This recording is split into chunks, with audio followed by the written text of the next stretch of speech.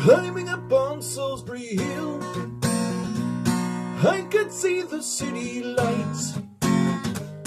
Wind was blowing, time stood still. Eagle flew out of the night. It was something to observe. He came in close, I heard a voice, standing, stretching every nerve.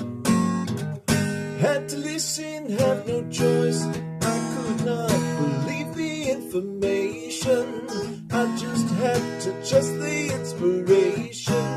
My heart going boom, boom, boom. Son, he said, grab your things, I've come to take you home.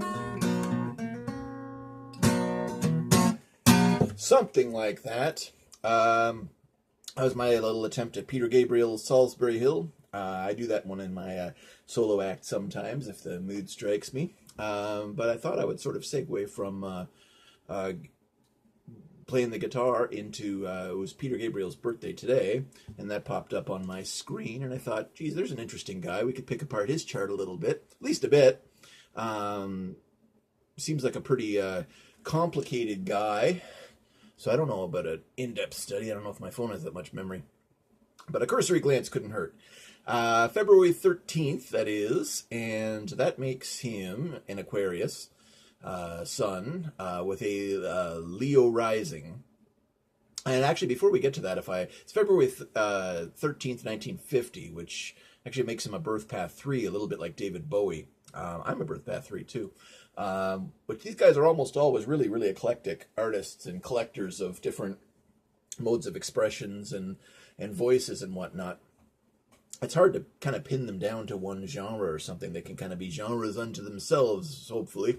I don't know if I am, but they certainly are.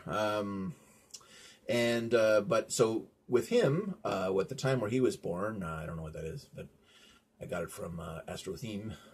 He is Leo rising. And so this is a guy, like anybody with a Leo rising, these guys like attention. Look at old Genesis performances with his outfits. He's not afraid of the spotlight, so this guy will come dancing out onto the stage dressed up as a sunflower or a giant bunch of, well, look like grapes to me, or is that the giant hogweed from Return of the Giant Hogweed? I don't know. Or silver face paint or whatever it is. I even saw like a Peter Gabriel solo tour, and he sang a song when he was riding an upside down unicycle from the rafters. Now, if that's a person who doesn't, if that's a person who definitely likes attention, I don't know what is. So very big production values, big spectacle, very ambitious. Now, he also has Pluto conjunct his ascendant. So anybody with Pluto conjunct their ascendant will go through huge changes and reinvent themselves from the ground up when something transits and shakes that combination up. So there's definitely separate chapters to his career where he tore everything down and built it up again. Even that little song, Solsbury Hill, I think was about him quitting Genesis and embarking on a solo tour. So it's almost a song about that very thing. Now, his sun is about 24 degrees Aquarius, rather, and house 7. Now, that rules partnerships, and Jupiter is in a fairly tight conjunction there. Now, this means when paired with the right producer or musicians, like in his case, a big long line of really creative guys like Bob Ezrin, Robert Fripp, one of my favorites, the artist Hypnosis, the group. All my favorite albums have Hypnosis covers. Danielle Lanois, great Canadian guitarist and producer. Kate Bush is, contributing vocals to some of his music. These always turn out to be very highly creative and inspired and inventive records. And with Jupiter in there too, not only artistically are they really great in that Aquarian way, but they actually sold too, and he built up quite a bit of money, I think, from those. Those first trio of self-titled records, there's like Car and Melt, and where they're the very definition of the waves of Aquarius. They still sound really futuristic, and they're like 30, 35 years later, and they still sound surprisingly modern. Now, in contrast to all that really futuristic energy is a Capricorn moon. So this is one of the most conservative and kind of aloof moons. So these guys can sometimes be very difficult to be employed by or work with, or in some cases be married to. Capricorn moons are almost always prone to workaholism. They're definitely compulsive workaholics and ambitious people. So this definitely is. And all this energy is squared by Mars and a Neptune conjunction in Libra, which is, so he's got this real push-pull in there, probably emotionally. So I suspect there was probably reasons why the same producers and musicians were never used twice in a row. I looked up his discography, and they all have a different producer.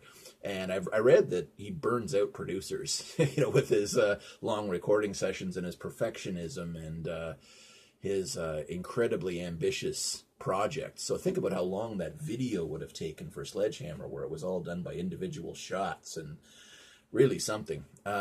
Still, to this day, a really neat thing to look at.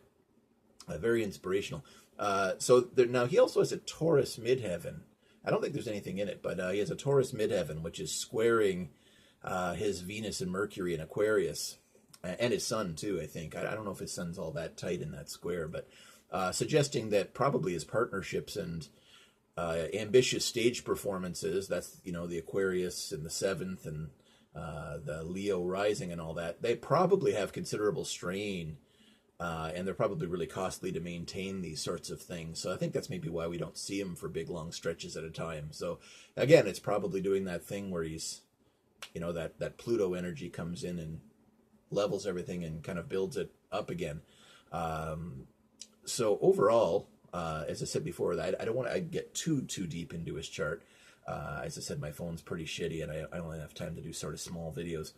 And I did some playing and singing at the beginning. But overall, I think this is probably the chart. When I do a chart, I do like the first thing I look at is the sun sign, the ascendant, and the moon, and that's the kind of primary triad, the primordial triad of these charts. So it's kind of like when you've got Leo and Aquarius and Capricorn, this is, like an ambitious and an innovative spotlight rock star, right? So an ambitious, innovative rock star. I think that fits the bill. So I think I'm going to go listen to some more Peter Gabriel.